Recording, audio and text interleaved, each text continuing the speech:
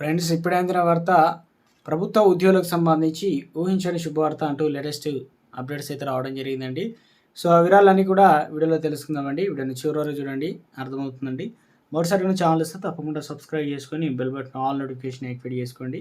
చూసిన ప్రతి ఒక్కరు కూడా లైక్ చేయండి, అదేవిధంగా మిత్రులందరికీ వీడియోని షేర్ చేయండి. వివరాలకైతే వెళ్ళిపోదామండి. మనం కేంద్ర ప్రభుత్వ ఉద్యోగులకు సంబంధించి రాయితీ ఇన్సెంటివ్ ప్యాకేజీ మరో 3 ఏళ్ళు పొడిగించడం అయింది. ముఖ్యంగా కాశ్మీర్ లోయలో పనిచేసేటువంటి కేంద్ర ప్రభుత్వ ఉద్యోగులకు కీలకమైనటువంటి అప్డేట్ ఇది.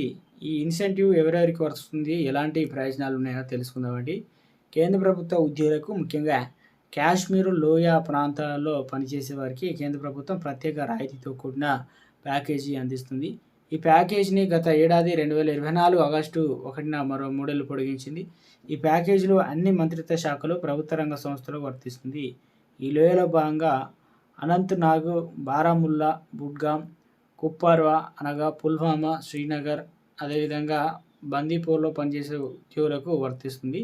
ఈ ప్యాకేజీ ప్రకారం ఉద్యోగుల కుటుంబ సభ్యులకు ప్రభుత్వ ఖర్చులకు ఎక్కడికైనా తీసుకెళ్లవచ్చు. దీనికి సంబంధించి 80% టీఏ అందుతుంది. ఒకవేళ కుటుంబ సభ్యులను వెళ్ళకపోతే రోజుకు 141 రూపాయల చొప్పున ప్రత్యేక అలవెన్సులు అయితే క్లెయిమ్ చేసుకోవచ్చు. అదేవిధంగా లోయలో ఉండే పెన్షన్ల సైతం ప్రయోజనం కలగనుంది. ప్రభుత్వ బ్యాంకులకు లేదా ఆఫీసుల నుంచి నెలవారీ పెన్షన్ పొందలేని వారు కూడా ఈ సదుపాయాన్ని అయితే అందించనున్నారన్నమాట. గుడ్ న్యూస్ అయితే చెప్పారనమాట. ఈ అంశాన్ని ఎందుకు చెప్తున్నానంటే, ఇది రాష్ట్రం, ఇది అదేవిధంగా తెలంగాణ, ఇప్పుడు ఆంధ్రప్రదేశ్లో కూడా మనకు డిఎల్ రావాలి, కొన్ని అలవెన్స్ రావాలి. కేంద్ర ప్రభుత్వం అయితే నిర్ణయం తీసుకుందని చెప్పే ప్రయత్నం అయితే